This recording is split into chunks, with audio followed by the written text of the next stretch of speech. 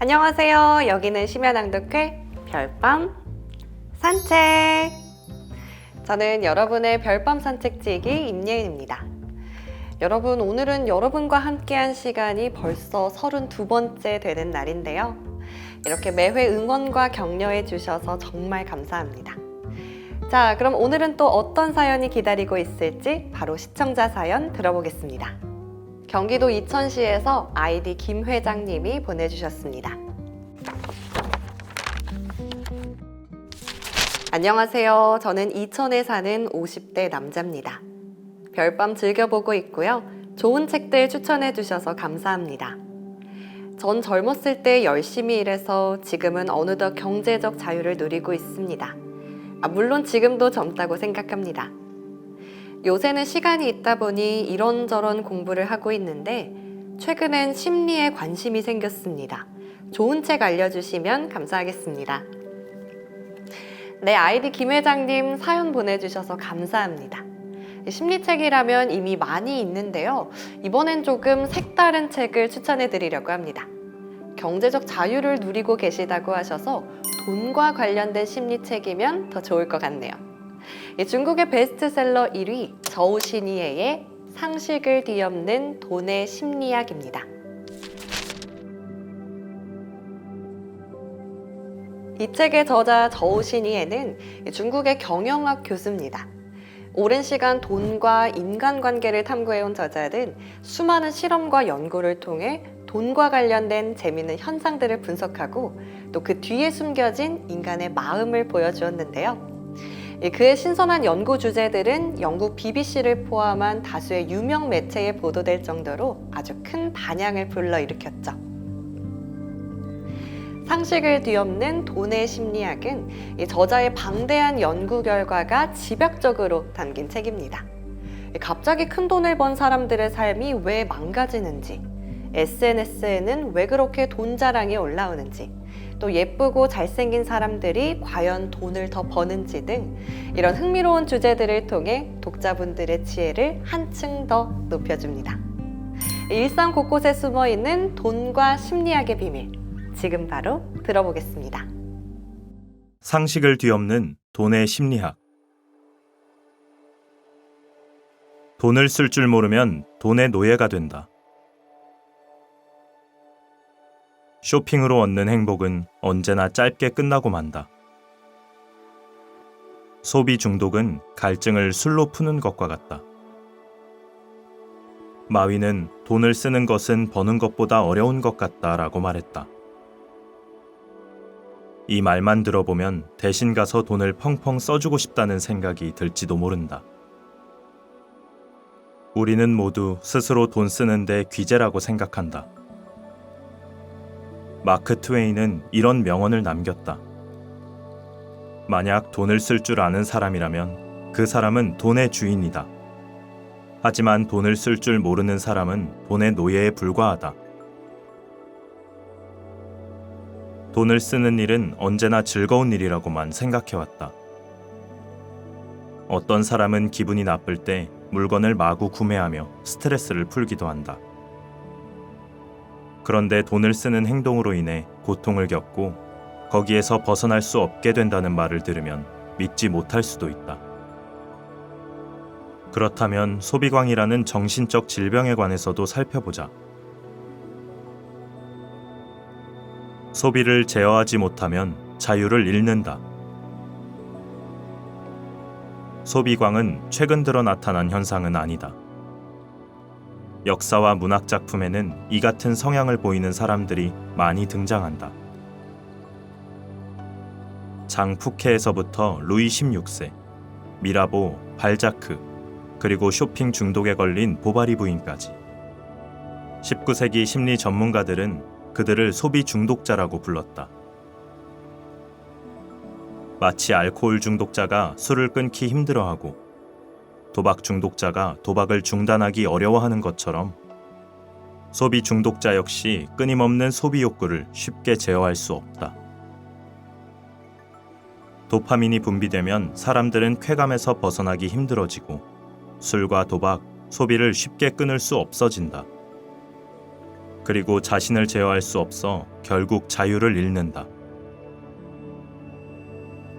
크리스텐센과 파버 등은 1994년 진행한 연구에서 소비 중독의 대상이 된 상품은 주로 신발, 의류, 완구, 화장품 등이었고 주로 여성들이 소비 중독자의 90%를 차지한다는 것을 발견했다.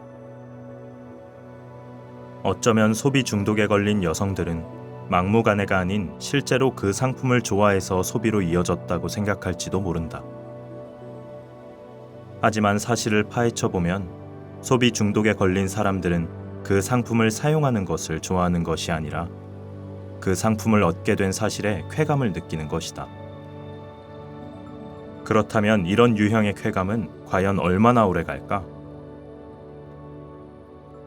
소비가 주는 즐거움은 잠깐이다. 2013년 리친스는 미주리 대학교 학생 174명을 대상으로 실험을 진행했다. 먼저 학생들의 가치관을 조사해 크게 물질 만능주의인 학생과 그렇지 않은 학생들로 분류했다. 물질 만능주의란 간단히 말해 돈과 물질만 있으면 인생이 행복해진다고 생각하는 것이다. 연구진은 학생들의 물건 구매 전후의 기분 변화를 추적했다.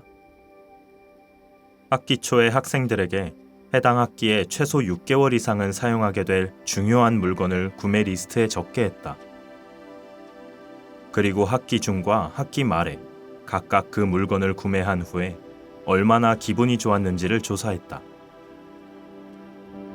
조사 결과 물질 만능주의 학생들은 그렇지 않은 학생들보다 물건 구매 전에 더 큰 행복감을 느꼈다. 그 물건이 손에 들어오는 상상만 해도 더 없는 행복을 느낄 수 있었기 때문이다. 그리고 그 물건만 있으면 삶이 크게 변하리라 믿었다. 문제는 소비가 주는 즐거움은 그들이 카드를 긁은 직후 급격히 떨어졌다는 것이다. 물질 만능주의 학생들은 물건을 손에 넣는 순간 커다란 공허함을 느꼈고 기대와는 다르게 점점 실망하기 시작했다. 구매했던 물건이 생각보다 일상에 큰 변화를 주지 못했기 때문이다. 비물질 만능주의인 학생들에 비하면 그들의 행복감은 더 빠른 속도로 하락했다. 더 무서운 점은 이런 높은 쾌락과 실망의 구렁텅이에 빠지는 패턴이 물질 만능주의 학생들에게서 반복적으로 일어난다는 것이다. 따라서 그들은 끊임없이 악순환에 휘말리고 막무가내 소비를 멈추지 못하게 되는 것이다. 소비 중독자는 절대 소비를 통해 영원한 기쁨을 누리지 못한다. 비록 멈추지 않는 소비를 통해 짧은 행복을 이어갈 순 있어도 이는 결국 마른 목을 술로 축이는 꼴일 뿐이다. 어떤 이는 우울감을 소비를 통해 치유하려고 한다. 하지만 안타깝게도 이런 사람들은 그로 인해 더 깊은 우울감에 빠질 수 있다. 소비 중독은 일종의 강박 증세다. 강박 증세 때문에 초조해진 사람들은 그런 마음을 소비로 달래려고 한다. 하지만 금세 원상복귀되고 만다. 병적인 의존 증세를 보이는 사람들 또한 초조함을 끊임없는 계좌 잔액 조회와 반복되는 소비로 달래는 경향이 있다. 누구나 알다시피 쇼핑 중독자, 도박 중독자들은 그 끝이 좋지 못하다. 일단 스스로가 이미 충분히 즐겼다는 사실을 알고 있음에도 계속 같은 행동을 반복하는 것은 스스로의 마음을 흔들어 죄책감을 심어놓는다. 흥미로운 점은 이런 죄책감 또한 즐거움의 일부가 된다는 것이다. 하지만 결국 이로 인해 자기 혐오에 빠지는 결과를 초래하게 된다. 몇몇 사람들은 구매 후에 자신이 산 전리품을 시야에서 치워버리기도 한다. 많은 쇼핑 중독자가 상품 태그를 자르지도 않고 옷장 같은 곳에 쌓아둔다. 쇼핑은 그들에게 즐거움과 자기 혐오라는 혼재된 감정을 안긴다. 쇼핑 중독자는 돈의 노예와 같다. 1988년 벨크는 사람들이 자신이 구매한 물건으로 신분을 은근히 드러낸다는 사실을 연구했다. 빽빽하게 걸린 옷과 다양한 종류의 신발, 시계, 모자. 이 모든 것은 자신의 보호색 역할을 한다. 루마니아에서 영어를 할 줄 아는 사람은 별로 없다. 하지만 루마니아의 코카콜라 광고는 언제나 영어였다. 코카콜라는 왜 그 나라 사람 말을 쓰지 않는 걸까? 루마니아 소비자들은 서양 브랜드 제품을 아주 높게 평가하며 그런 제품을 사는 것은 높은 사회적 지위를 가졌음을 의미한다고 여겼다. 루마니아 소비자들이 가진 이러한 심리적 특징은 코카콜라 회사가 현지 언어를 포기하고 결국 영어로만 광고하게 하는 결과를 낳았다. 그렇게 함으로써 그들이 사는 것은 콜라가 아닌 지위라고 느끼게끔 했다. 코카콜라는 이렇게 영어라는 보호색을 띠고 루마니아 소비자들의 소비 욕구를 자극했다. 보호색이 필요한 또 하나의 예가 있다. 바로 자존감이 낮은 사람들이다. 자신의 가치를 잘 알지 못하는 사람들은 구매한 물건을 통해 자신의 능력을 확인하고 물질이라는 성벽 아래서 안정감을 느낀다. 어느 해 한 중년 남성이 나를 찾아와 상담한 적이 있었다. 그의 아내는 돈을 잘 버는데 정작 자신은 회사가 파산하는 바람에 실직 신세가 되고 말았다는 것이다. 그 후부터 그는 각종 물건을 사는데 돈을 마구 써댔다.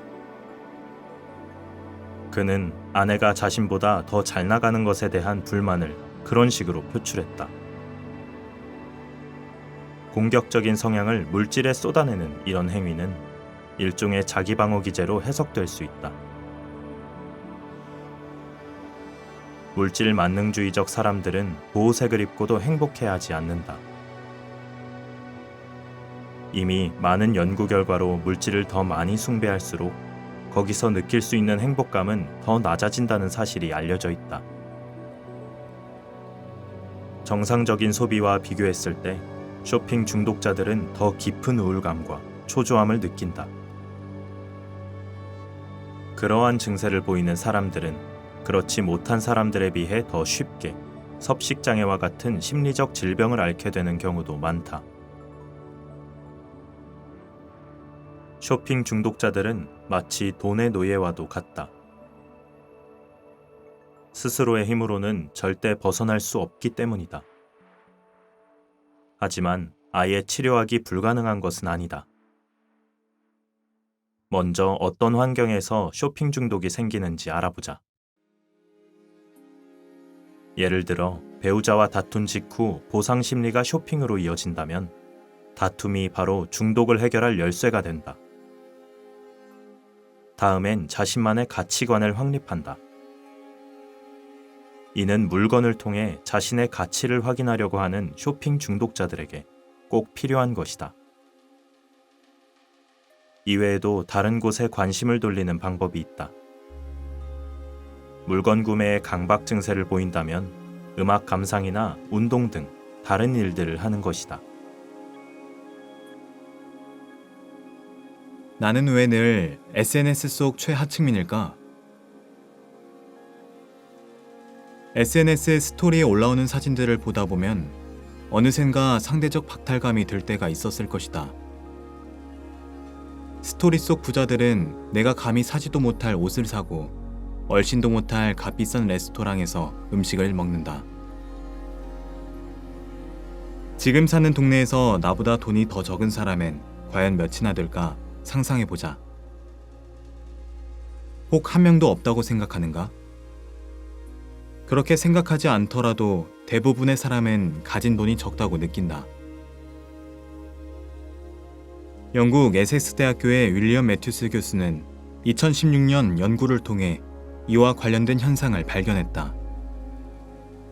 실험에 참여한 18에서 67세 사이의 190명에게 실험 참가자 중 자신의 재산이 몇 위일지 예상하게 했다. 대부분은 자신의 재산이 하위권일 거라고 답했다.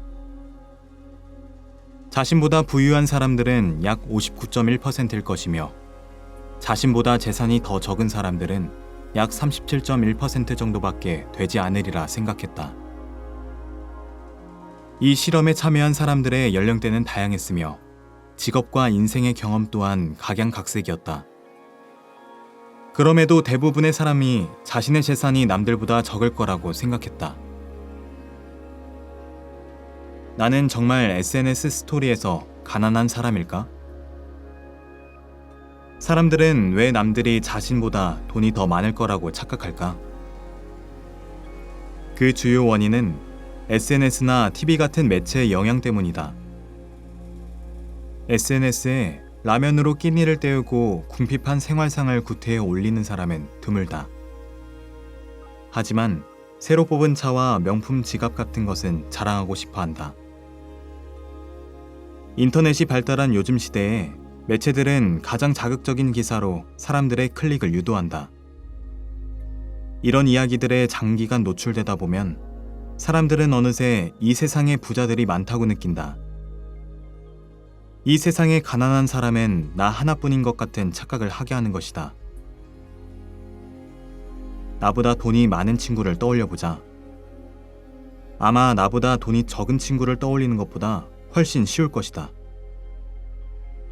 이렇게 돈이 많은 사람에 대한 기억을 빨리 꺼낼 수 있는 것은 내 주변에 부자들이 많다고 스스로 착각하기 때문이다. 우리가 남들보다 가진 게 적다고 느끼는 주요 원인은 부자들에 관한 소식이 범람하는 이유도 있지만 사회적 비교에도 있다. 일반적으로 사물에 대한 인식은 상대적인 것에서 비롯된다. 사물과 사물을 비교하여 그것만의 특징을 찾아내는 과정을 거쳐 그 사물에 대한 인식이 만들어진다. 오늘이 어제보다 더 춥다든가 비행기가 기차보다 빠르다든가 하는 것이 바로 상대성에 기반한 인식의 과정이다.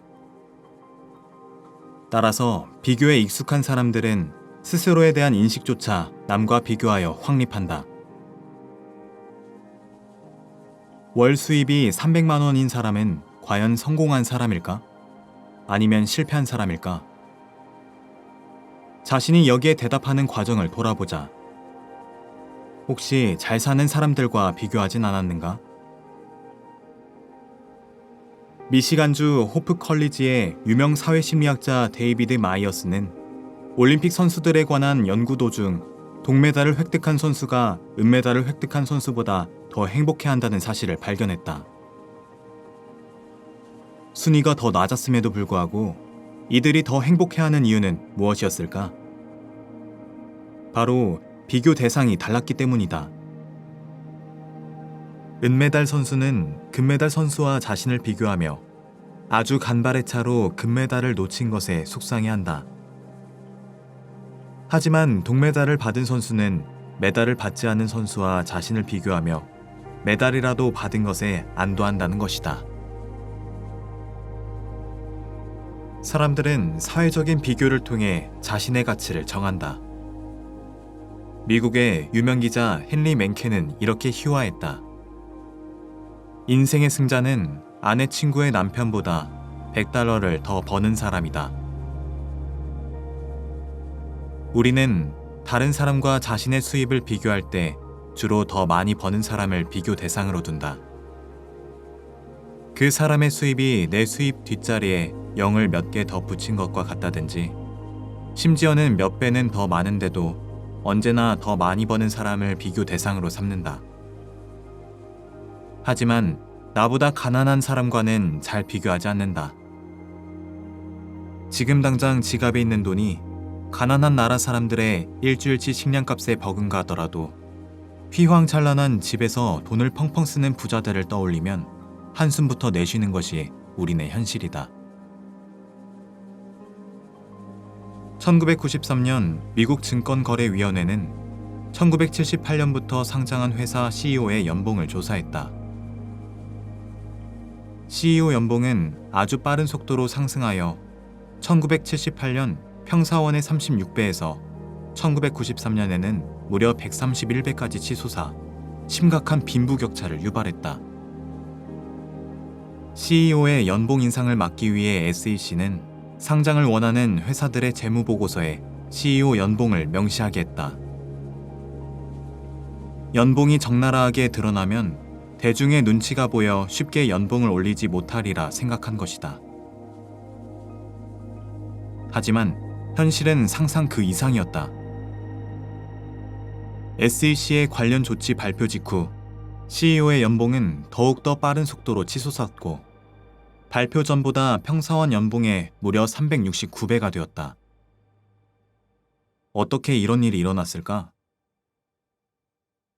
앞서 말했듯 사람들은 남과 비교하는 것을 좋아한다.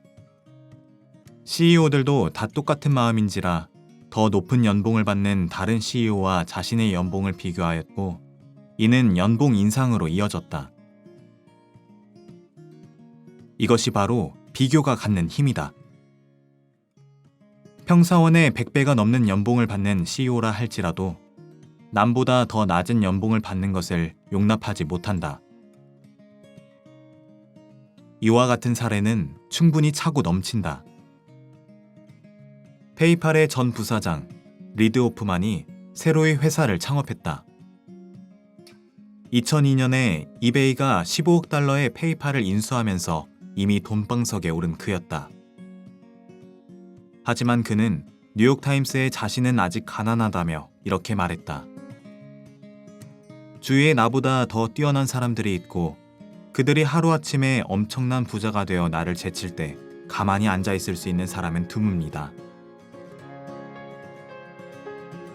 부자든 빈자든 시장을 마음대로 주무르는 거물이든 회사에서 성실히 일하는 평사원이든 언제나 자신보다 뛰어난 사람은 있게 마련이다. 그리고 우리의 시선은 어느새 그들에게로 돌아가 있다. 우리는 같이 일하는 동료가 여행지에서 찍은 사진을 보며 부러워하지만 지난 휴일에 내가 피드에 올렸던 수많은 여행지 사진들은 금세 기억에서 사라지고 없다. 인터넷이 발달한 요즘 더 불행하다고 느끼는 사람이 많다. 서로 비교하기 바쁜 사회는 우리를 가난하다고 느끼게 만든다. 그리곤 얼마 있지 않은 행복감마저 앗아간다. 2010년 프랑스 파리 경제학교의 클라크 교수와 세닉 교수는 유럽 사회 조사에서 얻은 데이터를 깊게 연구했다. 2006년에서 2007년 18개 유럽 국가의 16에서 65세 사이 19,000명의 고정 수입이 있는 주민을 대상으로 조사한 데이터였다. 설문은 생활과 일에 대한 만족도, 수입 비교 시의 태도, 그리고 이에 관한 생각을 조사하는 내용이었다. 설문 내용을 정리해보니 돈 많은 사람과 자신을 비교하는 경향이 짙었던 사람들은 일상에서 행복감을 덜 느낀다는 것이 사실로 드러났다. 이 같은 현상을 두고 미국 전 대통령 루스벨트는 비교는 곧 도둑과 같다. 비교는 늘 우리에게서 행복을 훔쳐간다 라고 말했다. 인터넷이 발달한 현대에 들어서 더 불행하다고 느끼는 사람들이 많아졌다고 생각해 본 적이 있을 것이다. 다음은 뉴욕타임스에 실린 보도 내용이다. 30년 전 작은 마을에 제일 가는 부자는 마치 자신이 황제라도 된 양 그 누구보다도 쾌적하고 풍족한 삶을 살고 있다고 생각했다. 하지만 요즘 같은 정보의 홍수 시대에는 자수성가로 엄청난 부를 획득한 사람들을 보며 그의 재산에 비하면 자신은 가난한 편이라며 가진 것을 깎아내린다. 과거엔 같은 반 친구들과 성적을 비교하고 이웃과 재력을 비교했다면 요즘엔 세계에서 이름난 천재들과 자신의 능력을 비교하고 수없이 많은 성공한 이들과 자신의 재산을 비교한다.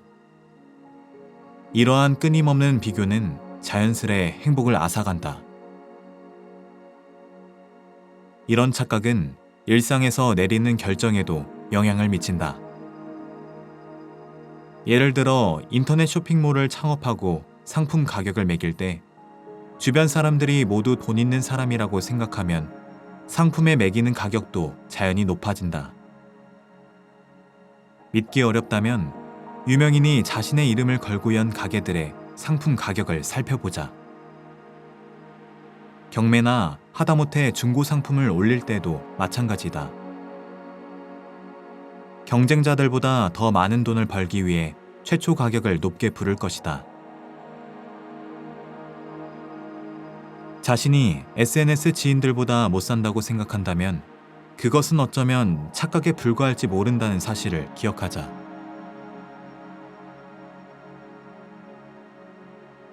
얼굴값은 도대체 얼마일까? 예쁘고 잘생긴 사람은 과연 돈을 더 많이 벌까? 얼굴값이란 한 사람의 외모를 돈의 값어치로 평가하는 말이다. 이 단어는 인터넷망이 발달하고 이미지 정보가 홍수처럼 쏟아지는 시대에 유행하기 시작했다. 이미 자주 쓰이던 용모부터 오늘날의 얼굴값까지 외모는 항상 사람의 보이는 모습 그 이상의 의미로 사용됐다. 예쁘고 잘생긴 사람이 돈도 잘 번다? 외모가 괜찮으면 보기에도 좋지만 돈도 많이 벌 수 있다. 미국의 노동 경제학자 해머 매시와 비들은 얼굴값과 수입의 상관관계를 연구했다. 그 결과 외모가 평균 이하인 사람들은 인당 평균 수입이 9%나 적었다. 반면 외모가 평균 이상인 사람들은 인당 평균 수입이 최대 5%까지 더 높은 것을 확인할 수 있었다. 외모만으로도 그들의 수입은 무려 14%까지 차이가 났다. 이는 한 사람의 인생에서 절대 적지 않은 액수다. 경제 잡지 이코노미스트 또한 이런 글을 게재했다. 권력은 얼굴값이 높은 리더가 쥐고 있다. 이는 밀림의 원숭이 무리에서도 오늘날 소위 선진국이라 불리는 국가들에서도 예외 없이 발견된다. 리더는 그 회사의 얼굴이다. 따라서 그의 이미지와 회사의 성과를 절대 분리해서 볼 수 없는 것이 사실이다. 이제는 취업 시장에서든 연봉 협상 과정에서든 외모 또한 중요한 세상이 되었다. 독일 한 대학교의 연구진은 약 3천여 명의 직장인을 대상으로 그들의 외모와 직위, 수입을 조사했다. 그리고 연봉과 승진 모두 외모가 평균 점수보다 1점 더 높을 때 그 상승 속도가 대략 3% 증가한다는 결과를 얻었다. 이는 사실 경제학적으로도 뷰티 프리미엄이라는 이름으로 증명된 바 있다. 퀸은 미국 노동시장 지표를 연구하다 외적으로 더 나은 사람일수록 고용이 성사될 확률이 더 높고 연봉 또한 평균보다 더 높게 받는다는 사실을 발견했다. 로젤 등은 캐나다의 자료를 분석하는 과정에서 외모와 연봉의 정비례 관계뿐만 아니라 같은 기간 내 연봉의 증가율에서도 같은 경향을 확인했다. 프리즈 등도 MBA 졸업생들에 관한 데이터에서 잘생긴 남학생들은 그렇지 못한 학생들보다 초봉이 더 높았고 연봉의 상승폭도 더 크다는 사실을 알아냈다. 물론 여학생들에 관한 데이터도 이와 같은 경향을 보였다. 또 하나 재밌는 사실은 CEO의 외모로 그 회사의 연수입을 예측할 수도 있다는 것이다. 2008년 미국 터프츠 대학교 룰과 암베디는 심리과학 학술지에 이와 관련된 연구 결과를 게재했다. 2006년 그들은 세계 상위 500위까지 부자 명단에서 상하위 25개 회사를 추려내 각각의 CEO들 사진과 수익을 나타내는 데이터를 뽑았다. 그리고 학생 50명에게 CEO들의 사진만 보여준 뒤 리더로서 그들의 자질을 평가해 보라고 했다. 그 결과 학생들이 오로지 사진으로만 보고 자질을 높게 평가했던 CEO들의 회사는 실제로 그렇지 않았던 CEO들의 회사보다 더 높은 이윤을 냈다. 2009년 연구진은 여성 CEO들의 외모로 또 한 번 실험했고 결과는 같았다. 외모는 타인이 우리의 이미지를 판단할 때 중요한 기준이 되기도 하고 타인이 우리에게 하는 행동에 영향을 미치기도 한다. 그리고 외모는 젊으나 늙으나 나이에 구애받지 않고 그 사람의 수입을 예측할 때 활용되기도 한다. 앞선 연구와 비슷하게 미국 상위 100명의 유명 변호사들의 외모와 수입을 대조한 결과 양의 상관관계를 발견했다는 연구 결과도 있다. 흥미로운 점은 연구진이 그 변호사들의 대학생 시절 사진을 가지고 같은 실험을 진행했을 때도 결과가 같았다는 점이다. 룰과 암베디는 2011년 그들의 연구 결과를 이렇게 정리했다. 인간은 20년에서 50년의 생애 주기 동안 나이를 불문하고 그들의 외모를 통해 미래의 수입을 예측할 수 있다. 얼굴값으로 리더십을 평가할 수 있다. 그렇다면 준수한 외모의 기준은 무엇일까? 2006년 스위스 베른 대학교의 스치스니 교수 연구진은 학술지 스위스 심리학 저널에 사람들은 리더가 남성적일수록 리더십이 더 뛰어나다고 인식한다는 내용의 연구 결과를 발표했다. 남녀 대학생 72명을 참가자로 선정해 실험을 진행했다. 학생들은 남성적인 얼굴의 남성과 여성, 여성적인 얼굴의 남성과 여성의 사진을 받았다. 그리고 그들의 리더십이 얼마나 뛰어날지 외모만으로 예측하게 했다. 그 결과 얼굴이 남성적인 사람일수록 리더십이 더 뛰어날 것으로 예측했다.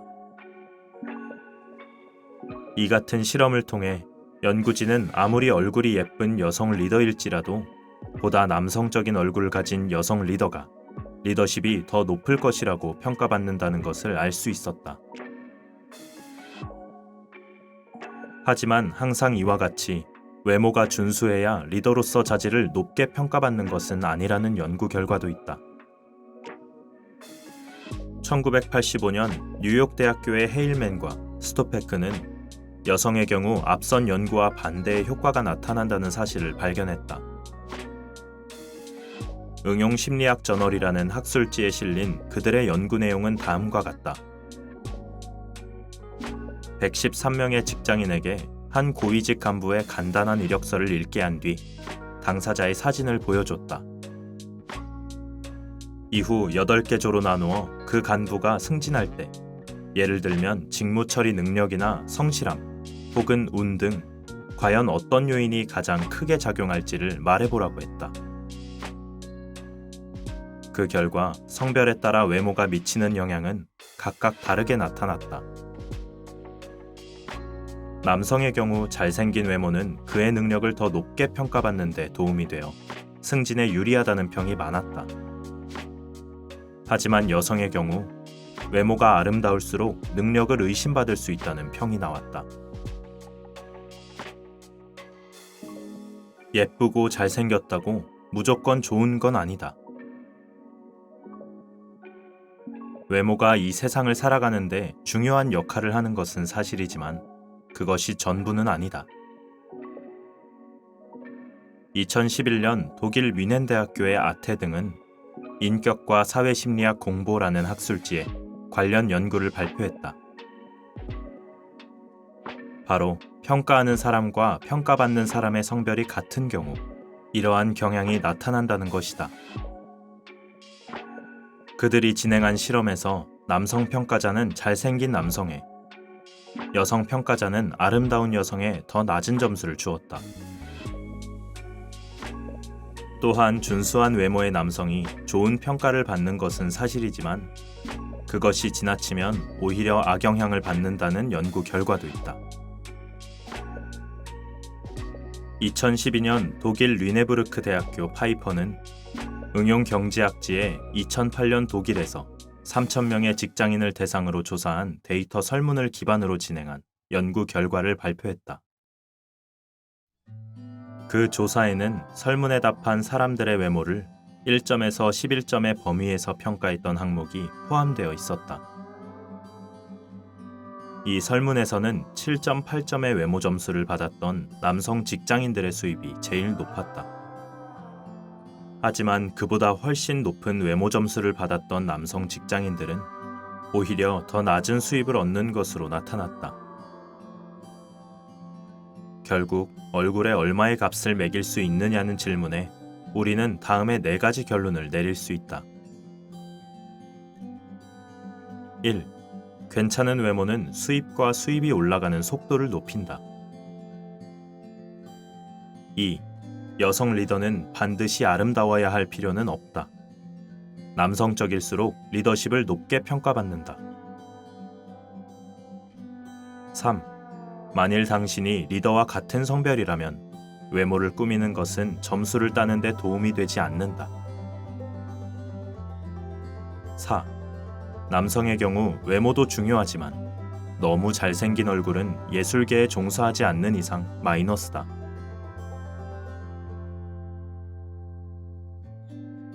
왜 바닥의 동전은 줍지 않고 할인 쿠폰은 챙길까? 어떤 사람들은 시장에서 채소를 살 때 조금이라도 더 싸게 사려고 흥정을 하지만 명품 립스틱을 살 때는 제 값을 다 주고 사면서도 아까워하지 않는다. 열심히 일해 번 돈은 차마 쓰지 못하면서도 도박으로 딴 돈은 곧바로 유흥에 탕진해버리는 사람도 있다.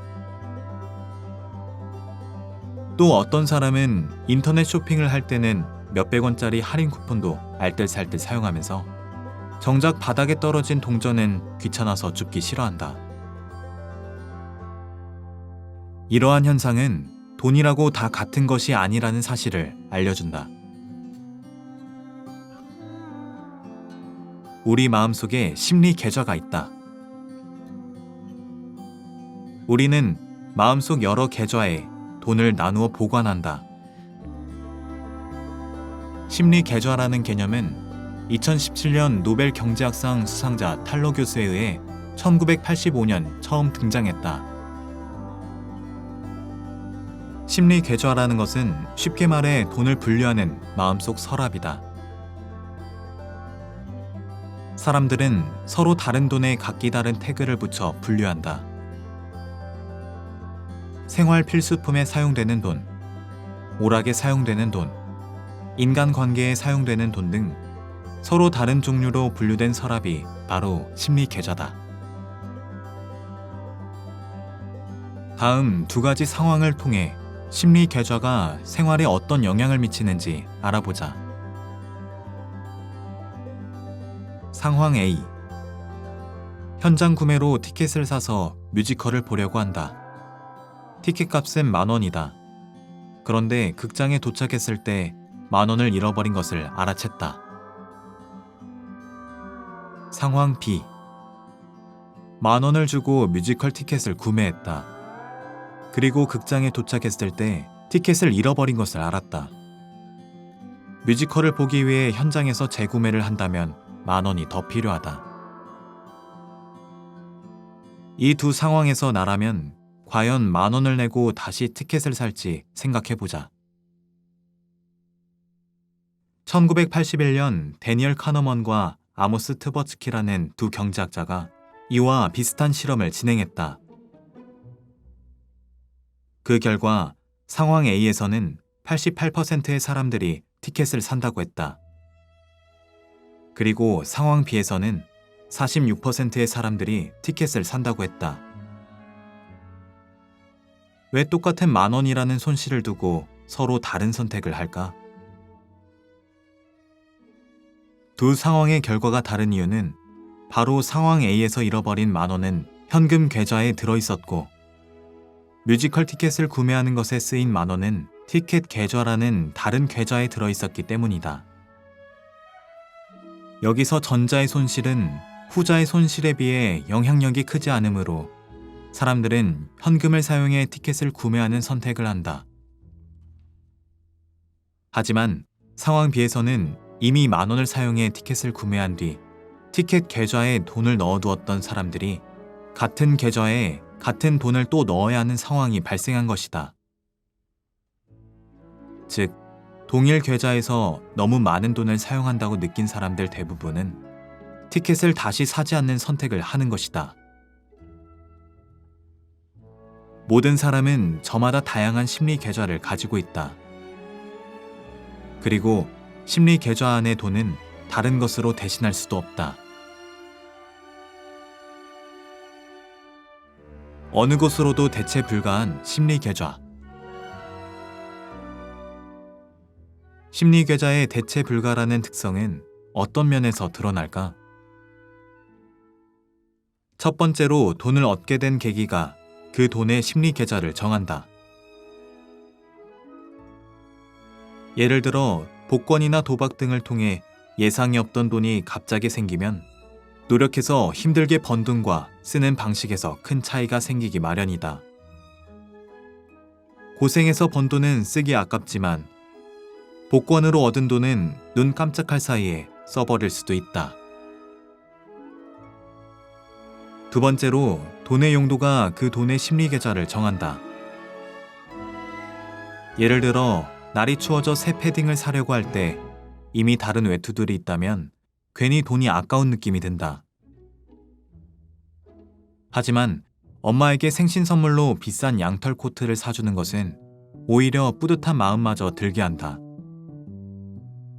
이렇게 다른 생각이 드는 이유는 나를 위해서 사는 새 패딩은 생활 필수품 계좌에 들어간 돈을 사용해야 하는데 반해 엄마의 생신 선물에 나가는 돈은 감정 계좌에 들어있던 돈이기 때문이다. 이러한 특성은 영업업계에서 아주 유용하게 쓰일 수 있다. 예를 들어 40,000원짜리 초콜릿 선물 세트를 팔 때 초콜릿 선물 세트 어떠세요? 고급지고 맛있어요 라고 말하기보다 사랑하는 사람에게 초콜릿을 선물하세요 라고 하는 편이 더 효과적이다. 이렇게 말을 바꿈으로써 같은 40,000원이라는 돈이 식품 계좌에서 감정 계좌로 옮겨갈 수 있기 때문이다. 세 번째로 돈을 저장하는 방식이 심리 계좌를 결정한다. 예를 들어 김 씨는 4천만 원을 대출해 차를 샀다. 그리고 그의 계좌에는 나중에 집을 살 때 보태기 위한 4천만 원이 들어있었다. 왜 그는 그 4천만 원으로 차를 바로 사지 않고 대출금으로 차를 샀을까? 그것은 김 씨의 고정 계좌와 임시 계좌 내의 돈의 성질이 서로 다르기 때문이다. 심리 계좌의 개념과 특징을 알면 생활에서 자주 보이는 현상들의 이유를 쉽게 알 수 있다. 심리 계좌는 비합리적 소비 습관의 이유를 설명한다. 다음은 심리 계좌로 보는 다양한 비합리적 소비 습관에 대한 해석이다. 잔돈의 힘. 10,000원짜리 지폐는 지갑 속에서 며칠이고 버틸 수 있지만 1,000원짜리 10장은 금세 사라진다. 돈에 붙은 다양한 태그. 돈 많은 삼촌에게서 받은 50,000원짜리 지폐에는 긍정 태그가 붙는다. 하지만 가난한 사촌이 준 50,000원은 부정 태그가 붙는다. 삼촌이 준 돈에 비해 사촌이 준 돈은 아이스크림 같은 잠깐의 행복을 주는 곳에 쉽게 써버리기엔 아깝다는 생각이 든다. 이 밖에도 심리 계좌와 관련된 현상들은 아주 많다. 우리가 하는 모든 소비에는 심리 계좌라는 그림자가 드리워져 있다. 그리고 이는 우리 자신도 모르게 소비 습관에 영향을 미친다. 경제학자 머턴 밀러는 이렇게 말했습니다. 그 사람을 알려면 그의 돈이 어디로 가는지를 보라. 혹시 떠오르는 궁금한 사람 있으신가요? 그럼 그분의 돈이 어디로 가는지 보면 된다고 하네요. 바꿔 말하면 내가 어떤 사람인지 알기 위해선 내 자금이 지금 어디로 흘러갔는지 점검해 보는 것도 좋겠죠. 그럼 저는 다음 시간에 더 재밌고 유익한 책으로 찾아뵙겠습니다. 좋은 밤, 별밤 되세요.